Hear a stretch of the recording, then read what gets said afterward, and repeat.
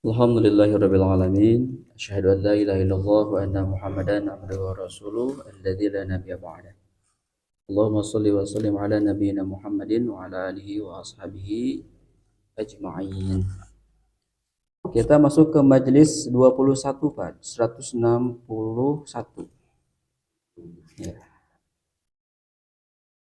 Perang tajan biasa nyambungkeun apa dia? Perang biasa nyambungkeun.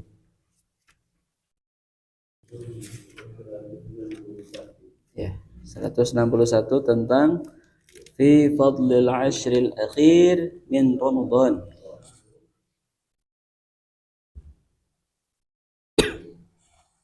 Halaman 161 itu mukadimah panjang dengan kahana, Pak. Lanjut ke 162. Ya, paragraf pertama di 162.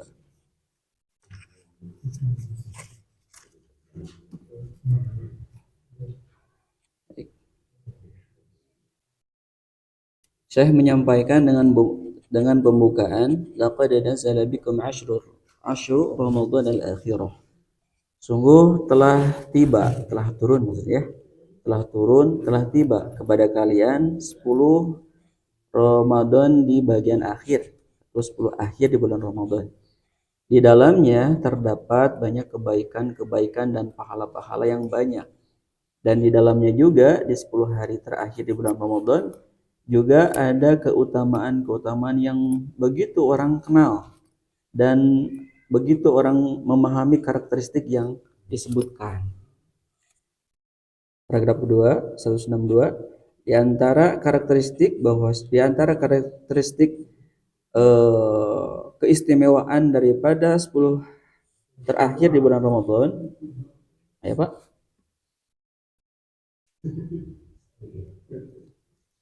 Genap 2. Paragraf kedua. Anna Nabi sallallahu alaihi wasallam, sungguh Nabi sallallahu alaihi wasallam kana yajtahidu itu terbiasa lebih giat bil amali fiha dengan amal yang terdapat di 10 hari terakhir di bulan Ramadan. Walaupun Nabi itu sebetulnya seluruh hari di seluruh bulan Ramadan. Kemudian dibanding dengan hari-hari lainnya sebagaimana dijelaskan dalam kitab Sahih Muslim dari Aisyah. Ya, dari Aisyah bahwasanya Nabi sallallahu alaihi wasallam kana yajtahidu fil ashril awakhir. Nabi sallallahu alaihi wasallam biasa lebih giat pada 10 hari terakhir. Ma la yajtahidu fi ghairihi, dibanding waktu yang lainnya. Begitu juga dalam kitab kitab sahih, yaitu Sahih Muslim dan Sahih Bukhari dan Sahih Muslim sesuai urutan. Bahwasanya Aisyah juga berkata, kana Nabi sallallahu alaihi wasallam, kebiasaan Nabi sallallahu alaihi wasallam, idza dakhala al-ashru, apabila masuk 10 hari terakhir, syadda mi'zarahu, Nabi mengencangkan pinggangnya, wa ahya lailahu, kemudian Nabi bangun sepanjang malam, wa aiqadha ahlahu, kemudian membangunkan keluarganya. Kemudian pada musnad anha qalat, kemudian Aisyah juga mengatakan, jadi upami ayat anha masih Aisyah, Pak. Masih Aisyah. Ya. Kana Nabi sallallahu alaihi wasallam yakhtalitul 20 bis salatin wa naumin. Kebiasaan Nabi sallallahu alaihi wasallam yakhtalitu kan mencampur, berarti menggabungkan 20 hari Ramadan itu dengan salat dan tidur. Fa idza kana al-'ashru syammara wa shadda al-mi'zar. Dan apabila sudah masuk 10 hari terakhir tiba di bulan Ramadan, maka Nabi sallallahu alaihi wasallam menggulungkan bajunya, kemudian mengencangkan pinggangnya. Itu. Wa fi hadhihi al-ahadits dalilun ala fadilati hadhihi al-ashr. Dan terdapat pada hadis-hadis yang lain juga menjadikan bukti dalil tentang keutamaan 10 hari terakhir di bulan Ramadan. Karena sesungguhnya Nabi Shallallahu Alaihi Wasallam lebih giat lagi di dalamnya dan lebih memperbanyak amalan-amalan di dalamnya bima yajtahidu fi ghairihi, selain daripada hari-hari yang lain. Wa hadza syamilul lil ijtihad, dan ini mencakup kepada satu kegiatan Nabi atau semangat Nabi lebih giat fi jami anwa'il ibadah, pada melaksanakan bentuk-bentuk ibadah yang lain. Satu diantaranya meliputi min salatin, salat. Salat teh maksudna nu 5 waktu rawatib, terus tahajud maupun siangna berarti duha gitu. Salat wa dzikrin wa qur'anin, baca Quran, wa dzikrin dan berzikir, wa shadaqatin dan sedekah, wa ghairiha dan amalan-amalan selain yang disebutkan 4 tadi. Wa li anna Nabi sallallahu alaihi wasallam, karena Nabi sallallahu alaihi wasallam kana yashuddu mi'zarahu, mengencangkan pinggangnya, yakni ya'tazilu nisa'ahu. Beliau itu maksudnya itu apa? Mengencangkan mi'zar itu menjauhi istri-istrinya. Gitu. Maka ya kalimat iya Pak di 187, wala tubashiruhunna wa antum aqifun, dan janganlah engkau bercampur dengan istri kalian yang keadaan kalian sedang iktikaf. Gitu. Jadi upami iktikaf yang pingan bojo maka batal cenah. Jadi ya mah iktikaf nate. Maksudnya bukan batal saum ya. Batal iktikafna. Iktikafna. Kan malam mah masih boleh. Tetapi upami 10 hari terakhir itu Nabi berdiam diri di masjid. Walaupun kantos Nabi tanya nyuri-nyuri kepalana gitu. Ke kamar gitu. Aisyah, dan pada waktu itu Aisyah itu sedang haid. Kemudian liyatafarraqa lis-shalah wa dzikr. Kemudian untuk mengabdikan, yatafarraqa itu farraqa menyelesaikan Pak ya. Ya, untuk senantiasa mengabadikan dirinya, menyelesaikan semangat ibadahnya untuk salat dan zikir. Karena sesungguhnya Nabi Shallallahu Alaihi Wasallam kana yuhyi lailahu bil qiyam, kebiasaan Nabi menghabiskan malamnya itu dengan qiyam, berdiri, yang dimaksud adalah salat. Jadi bukan sembarang qiyam Pak, yang dimaksud qiyam di sini adalah salat. Wa qiraah dan baca Al-Qur'an, wa zikri dan zikir. Zikirnya apa? Wa biqalbihi, dengan hati, dengan lisan dan anggota badan. Jadi anggota badan pun bisa berzikir. Bagaimana berzikirnya anggota badan? Ya melakukan kebaikan itu bagian dari zikir. Untuk li syarafi hadhihi layali, demi kemuliaan malam-malam 10 hari terakhir, wa talaban li lailatil qadari, dan untuk mengejar meraih Lailatul Qadar, malam kemuliaan. Nah, malam kemuliaan kedah muka nanti tafsir surat Al-Qadar. Itu sepados nyambung, Pak. Allati man qamaha imanan wa ihtisaban, yang mana seseorang itu atau yang mana Nabi sallallahu alaihi wasallam berdirinya atau menegakkan ibadah tersebut dengan dasar iman. Tuh, diajarkan ku Nabi Pak dengan dasar iman. Bukan sekedar itikaf, tetapi dasar iman dulu yang dibuka.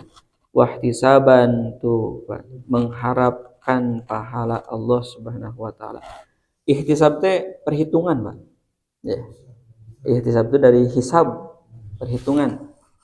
Jadi membuat satu perhitungan pahala-pahala yang diberikan Allah kepadanya. Semoga yang mana Allah Subhanahu wa taala mengampuni lahu kepadanya ma taqaddama min dzambi, dosa-dosa yang terdahulu. Nah, kemudian wa dhahirun hadzal hadits,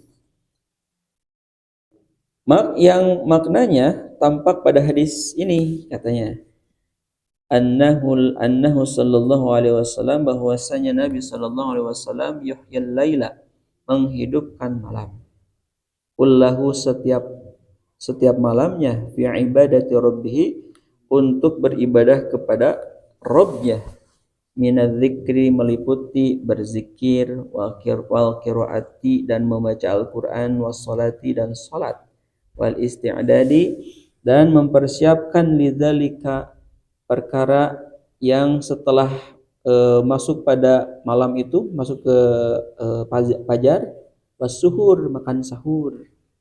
Oke, jadi makan sahur itu bagian dari ibadah. Jadi bukan sembarang makan, Pak. Diniatkan makan saja menjadi ibadah. Maka setelah sahur ada waktu, ayeuna mah imsak teh, terus digorwokeunnya imsak teh. Nah, satos imsak teh fokus we zikir, we istighfar.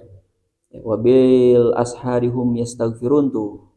Dan di waktu sahur orang-orang yang bertakwa itu mereka beristighfar. Seueurkeun istighfar. Kemudian wa bihadza yahsulul jam'u bainahu wa bainama fi sahih Muslim. Dan hal ini juga didapatkan menggabungkan di antaranya dan di antara ibadah-ibadah yang lain sebagaimana dalam kitab Sahih Muslim dari Aisyah radhiyallahu an qalat ma a'lamuhu sallallahu alaihi wasallam, aku tidak tahu bahwa Nabi sallallahu alaihi wasallam qoma, berdiri ternyata. Aisyah itu keterangan lailatan, sepanjang malam, hatta subah, sampai dengan pagi, subuh maksudnya ya, sampai dengan subuh. Jadi Aisyah bangun atau tidur? Tidur. Kan ma'alamu, ya, tidur. Aku tidak tahu Nabi itu dia bangun sepanjang malam sampai dengan subuh. Li'anna ihya al-lail, karena sesungguhnya menghidupkan malam, as-sabit, yang tetap itu, fil ashri, 10 malam terakhir, yakunu bil qiyam, maka keadaannya melibatkan atau bangun, wa ghairihi, untuk melaksanakan sholat dan yang lainnya, min anwa'il ibadah, dan ibadah-ibadah yang lain. Walladzina fathu ihya'ul lail bil qiyam faqat, maka inilah bentuk dari Nabi sallallahu alaihi wasallam bahwasanya menghidupkan malam itu sudah menjadi bagian dari sunnah. Wa mimma yadullu ala fadilatil ashri min hadhil ahadits, dan apa yang menunjukkan keutamaan 10 hari terakhir pada hadis-hadis ini. Apa hadisnya? Ini hadisnya, ya, hadis ini saya putnotan, bahwasanya Nabi sallallahu alaihi wasallam kana yuqidhu ahlahu, membangunkan keluarganya, fiha, pada malam-malam itu, li sholati, untuk melaksanakan sholat, wa zikri, berarti ya 10 malam terakhir Nabi sholat tarawihnya berjamaah atau henteu? Henteu. Kumargi dibangunkan teh, makanya menjadi bentuk untuk berjamaah. Gitu. Da atos di pengawalna Nabi awalan berjamaah. Salajeng nama kan tidak berjamaah. Hari Bapak berjamaah tarawihna? Sunah Nabi, sunah sahabat. Nah, partarasan ke kurang belari deui tah eta ilmuna. Gitu. Untuk melaksanakan salat, zikir, hirsan, dengan penuh semangat, al-igtinami hadhil layali, memanfaatkan malam-malam ini yang diberkahi, yang layak ya di antara ibadah-ibadah, karena sesungguhnya malam tersebut adalah kesempatan seumur sekali ya, seumur hidup gitu ya. Jadi upami bapak tacan ngarosan itikaf, tapi batalkan ya, teh santiasa itikaf full. Jadi yang maksud itikaf itu teh fullnya, full 10 hari siang malam berada di masjid. Yang dimaksud ini ya. Tapi bagian menjadi ihyaul lail, kesempatan itu tidak hilang juga. Tidak hilang juga bagi yang menghidupkan malam dan siangnya masih beraktivitas. Wa ghanimatun liman waffaqahullahu azza wa jalla, dan menjadi karunia bagi siapapun yang menginginkan taufik Allah Subhanahu wa taala. Fala yang bagi, maka tidak mesti orang yang mukmin yang berakal sehat itu membiarkan begitu saja kesempatan yang berharga untuk dirinya dan keluarganya. Fama hiya illa layalin ma'dudatin, kecuali pada malam-malam yang ditentukan. Rubama yudarikul insan, yang mana manusia itu dapat menerima satu nafhatan min nafahatin, hembusan-hembusan al-maula yang utama, fatakunu sa'adatan, yang menjadikan kebahagiaan, lahu fid dunya wal akhirah, yang kebahagiaan itu berdampak dunia dan akhirat. Makanya untuk malam-malam terakhir ini sama-sama mengkencangkan gitu ya. Kemudian kanggo buat bisa untuk untuk bangun malam tuh kan non-stop tidak tidur, kan harus tidur dulu siangnya gitu. Jadi diatur. Wa innahu laminal hirman, ya agak cepat Pak ya, pada setiasa dugi ka fatal bar. Sesungguh suatu kerugian yang besar, kata Syekh, wala khosarah, dan suatu penderitaan, al-fadihati, yang mengerikan, bahwasanya engkau melihat banyak di antara kaum muslimin yumduna, menghabiskan hadhil awqat, waktu-waktu ini, as-saminah, yang berharga, fima la yanfa'uhum, yang tidak ada manfaatnya. Itu tidak ada manfaatnya. Malam-malam teh begadang di masjid, ya di jalan gitu. Ya di jalan teh sugan teh memberikan kebaikan, ternyata tidak, malah tawuran. Barudak teh. Ya, balap liar. Yasharunal mu'azzamal lail, bergadang ya hampir sepanjang malam, ya fillahwi, untuk hiburan, al-batil, yang batil, yang sia-sia. Jadi begadangnya untuk hiburan saja, ngobrol-ngobrol saja, ngopi-ngopi saja, kemudian bernyanyi-nyanyi saja. Sayang, waktunya sama, yang diberikan waktunya sama, tapi ilmunya berbeda. Makanya syukur ya, di masjid ini bentuk kajiannya bisa sama-sama, walaupun ini masih kena try error. Kalau mempersiapkan tahun depan, agar kemudian tahun depan bisa lebih meningkat kembali kualitas ilmu, kualitas ibadah, kemudian mutu ibadah kita kepada Allah Subhanahu wa taala. Apabila datang waktu sholat, ya mereka malah tidur, katanya.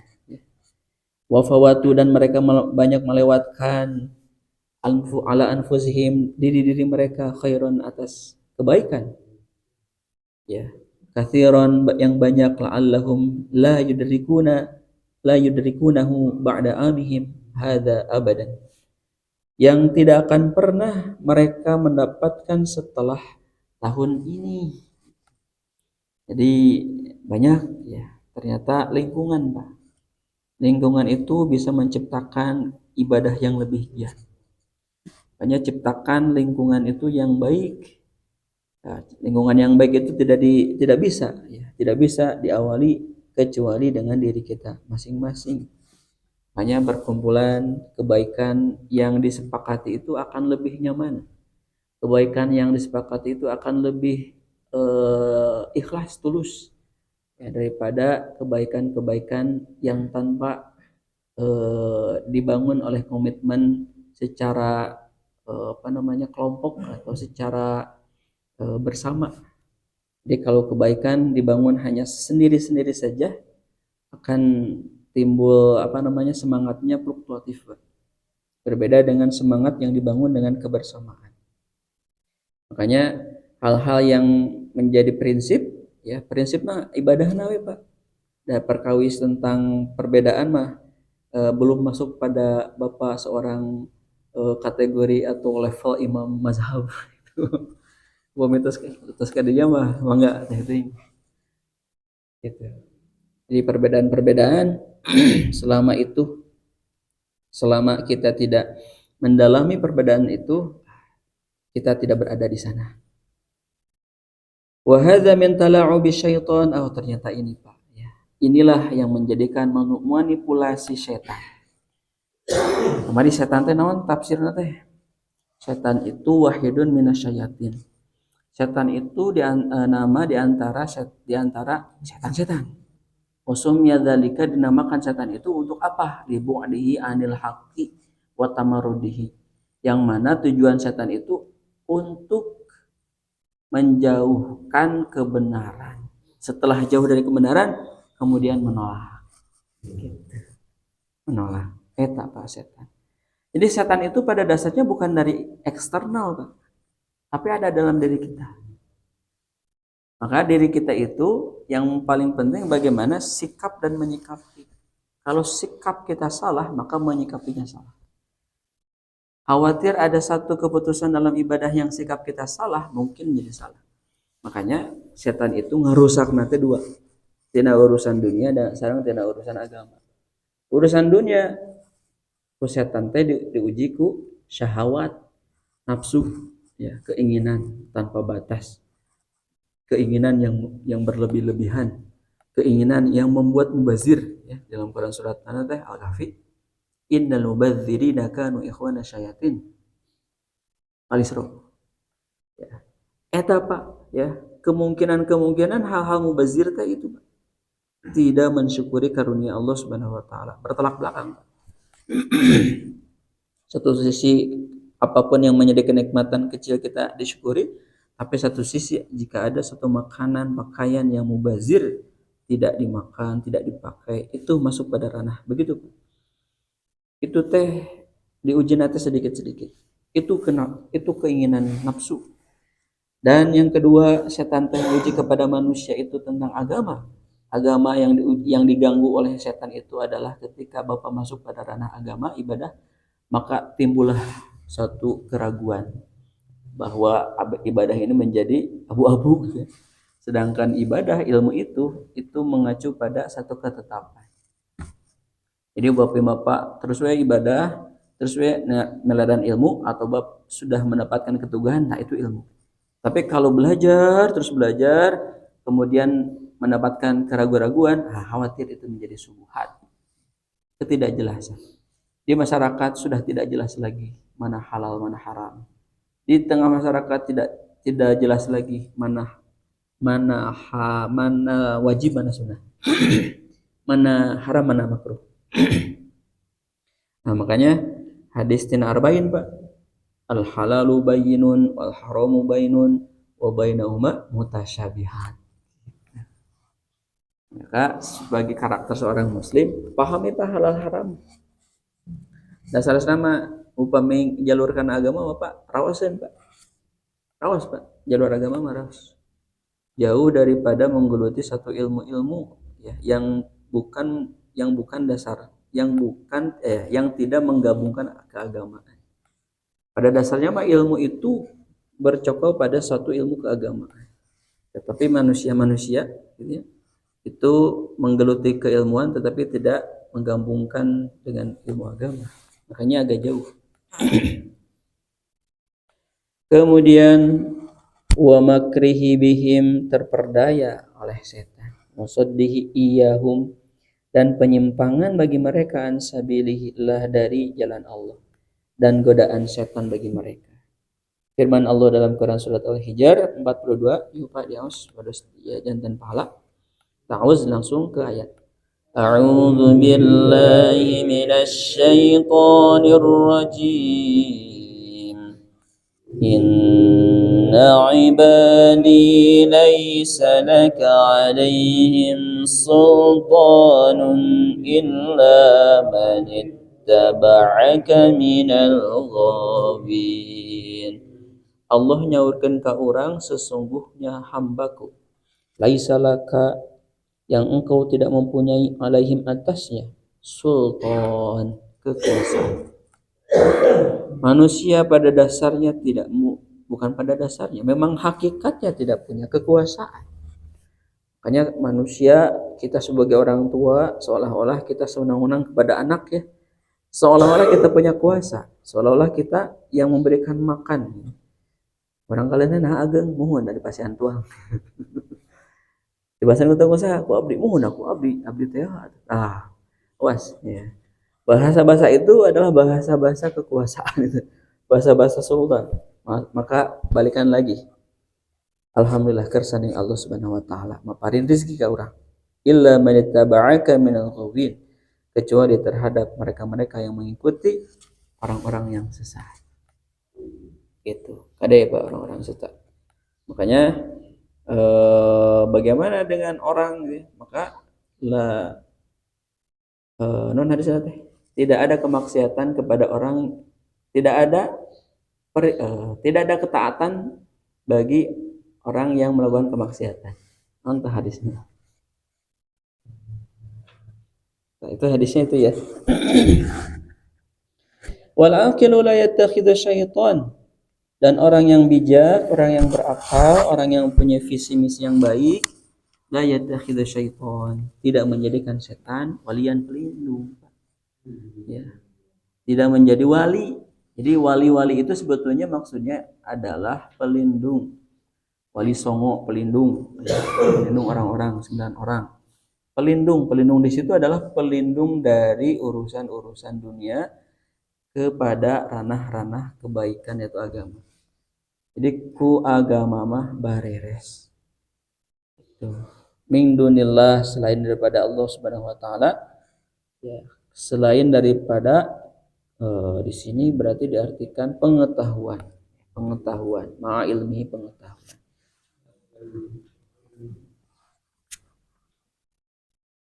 Bi'ada watihi, ya, karena permusuhan, aduun, permusuhan terhadapnya, karena sesungguhnya hal itu bertentangan dengan akal dan iman. Jadi upami ada satu pekerjaan atau satu komunitas yang mana komunitas tersebut bertentangan dengan akal, maka tinggalkan. Bertentangan dengan iman, maka tinggalkan. Firman Allah Subhanahu wa taala juga dalam surat Al-Kahfi ayat 50. Lanjut Pak Os. Langsung ke ayat. Afatattakhidunahu wa dzurriyyatahu awliya'a min duni wa hum lakum adu. Bi'sanil zalimina badala. Ini pertanyaan. Sebetulnya Al-Quran itu membuat cerdas kepada kita, Pak. Kenapa? Karena di dalam Al-Quran ada ismul istifham. Ada kata-kata tanya. Ya, ada kata-kata tanya. Jadi kenapa Al-Quran banyak kata-kata tanya? Al-Qari'ah mal tuh. Al-Qari'ah mal. Mal itu ma itu kata tanya. Mal Qari'ah wa ma adra. Pertanyaan juga. Makanya ketika orang mendekatkan dirinya dengan Al-Quran, bukan hanya membaca kemudian menggali, itu sebetulnya untuk memelihara akal. Maka mari Pak, maqasidus syariah atau tujuan agama itu adalah hifzul aqli, menjaga akal. Terus harapal teh kemarin teh maqasidus syariah, tujuan beragama. Salar Pak, hifzuddin. Pak?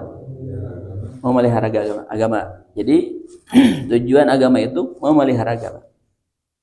Satu, hifzu teh memelihara, bukan hafalnya. Di sini bukan hafal. Hifzuddin. Kedua, hifzun nafsi, menjaga jiwa. Jiwana hilang gitu. Jiwanya tidak hilang, jiwanya tidak sakit. Diku agama mama, jiwanya tetap sehat. Menjaga agama, menjaga jiwa. Kemudian hifzun nasli, menjaga keturunan. Ya, menjaga keturunan. Dengan agama menjaga keturunan. Orang yang agamanya baik, keturunannya baik. Ya. Kemudian yang keempat, hifzul mal, menjaga harta. Harta orang-orang yang beriman, harta orang-orang yang orang Islam itu hartanya baik. Makanya salah satu sahanya Imam Ahmad gitu, Imam Syafi'i. Jadi nyumpingan ke salah satu imam kemudian disuguhan eta mah kuat kak mukmak mukmek Pak. Kenapa? Karena yakin hartanya bersih. Gitu. Hartanya bersih. Jadi kayak Bapak upami disuguhan gitu ya. Nah, gitu. Wih, saya pemak mukmek gitu. Hartana bersih. Sana sekolah par-lapar tuh sanes. Tapi ada esensi itu. Nah, hartanya bersih. Kenapa? Harta bersih itu akan menguatkan fondasi agama.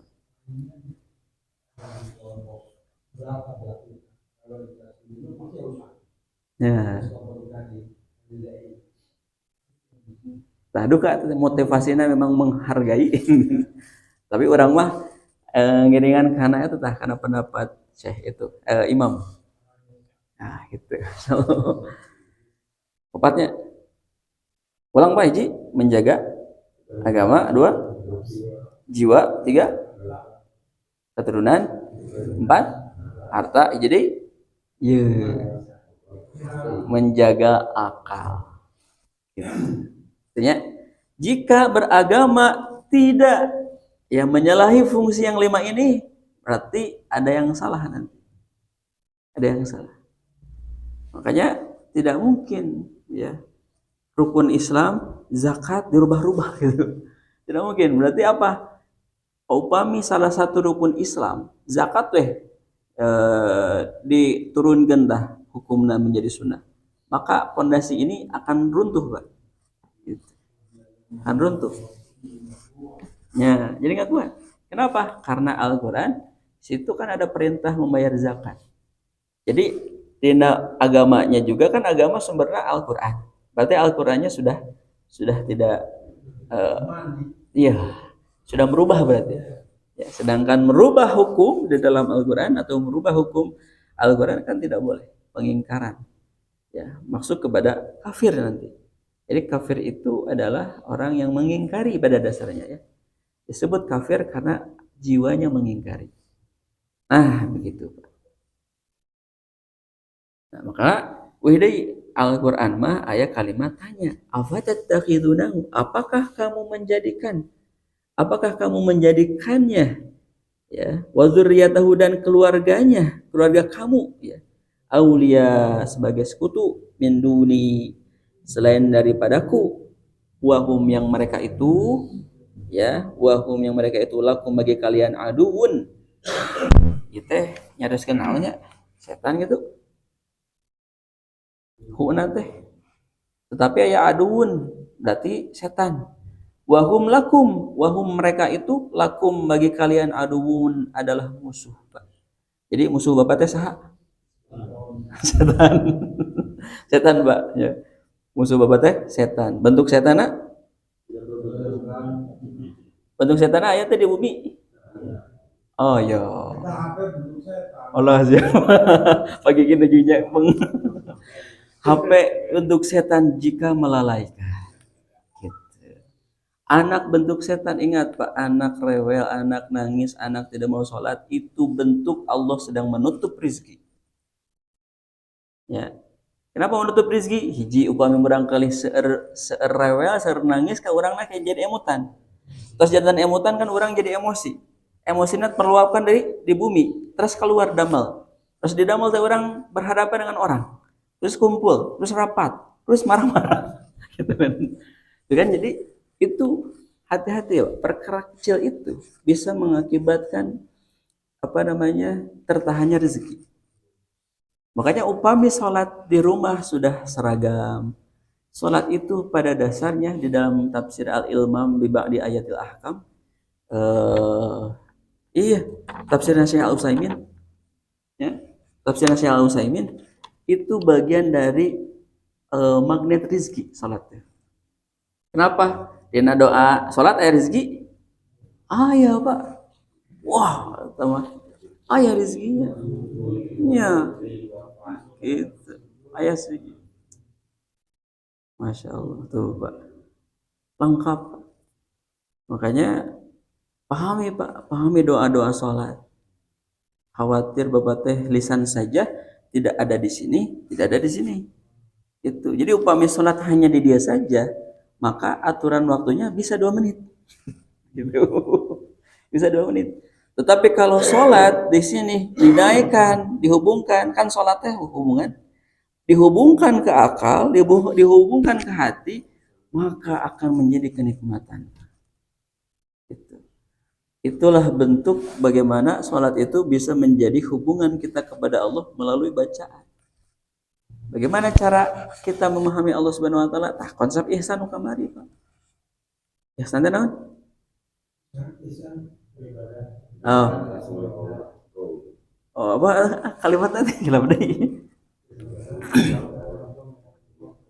Nah, kan aku taruh. Nah, itu ya. Araban atuh kan sepada segaya. Wah, aya teh. Nya berat. Itu jadi hilaf deui itu.